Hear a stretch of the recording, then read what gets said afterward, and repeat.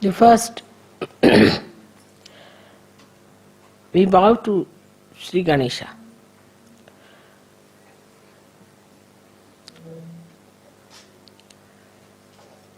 Because Sri Ganesha is the source of innocence within us. So actually we bow to innocence within us.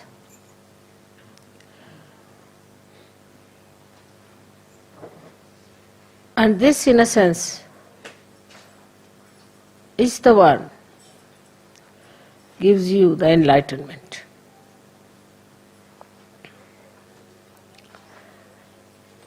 As I told you yesterday, the light has innocence. But this is innocent without knowledge. But your light is innocent with knowledge.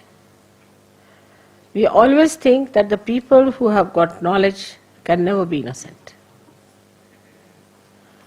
can never be simple. And the idea we have got about innocence is that an innocent person is always deceived, can be befooled, and can be always taken for granted. But innocence is a power. It is a power which protects you, which gives you light of knowledge. Knowledge that we have in the worldly sense is how to exploit others, how to cheat others, how to make money out of them, how to make fun of others, how to look down upon others. But the light of innocence is the light by which you know that love is the highest thing. And it teaches you how to love others, how to care for others, how to be gentle about others. It also gives you the light within. It's just the other way around of this avidya that we have in this world. Just the other way around. The avidya outside teaches us competition, how to put the other person down, because it has fear. It is insecure. This knowledge is not secured at all. If it had security, it would not have behaved like this. But the light of innocence knows everything. It has no fear. When we say children are innocent, we mean to say that they have that power of innocence. Many times people have noticed if a child falls from a height, he doesn't die, while a young man may die with a much smaller height. And the child is not afraid while falling. He just enjoys as if there's a parachute coming down, nicely. And then when he falls down also just gets up, laughs, smiles at everyone. He doesn't understand why everybody is worried.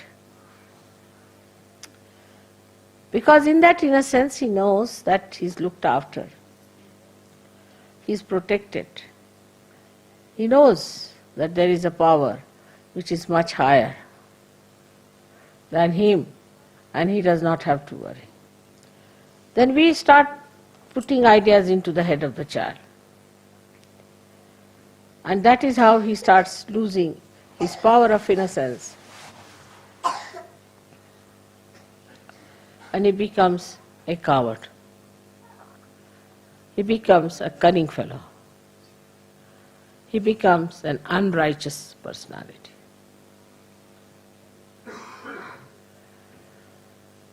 But still we would say that the innocence of children is innocence of ignorance, in a way, because they do not know the dangers of life. But the light of innocence knows all the dangers and also knows how to get rid of it. Also knows how to be away from such a person.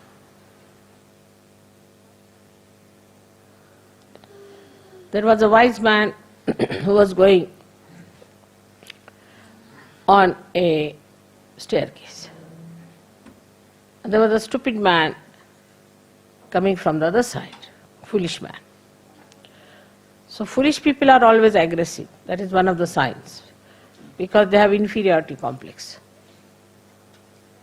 So the foolish man says to the man who was coming up, he says, one had to move on one side. So he says, I don't move for fools, the foolish one says. So the wise man says, I do, and he moved.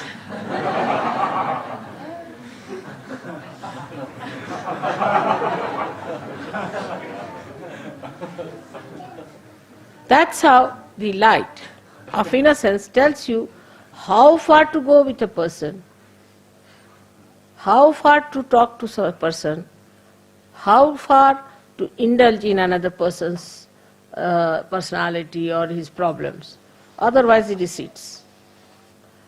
He understands that this gentleman is a stupid fool, so I move for a fool like that. He doesn't pay attention to such a person. He doesn't bother about such a person. This is the light of innocence which gives you discrimination. How far to go with others? I love a person. There are many, I love him. All right. Another person may kick you, may hit you, may trouble you, may become absolutely, horribly possessed, but still you are just mad or in love with that person, without any self-respect.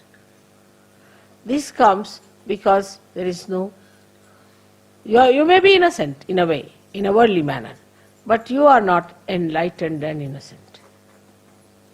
When you are enlightened and innocent, then your innocence is a power which gives you, first thing is discretion.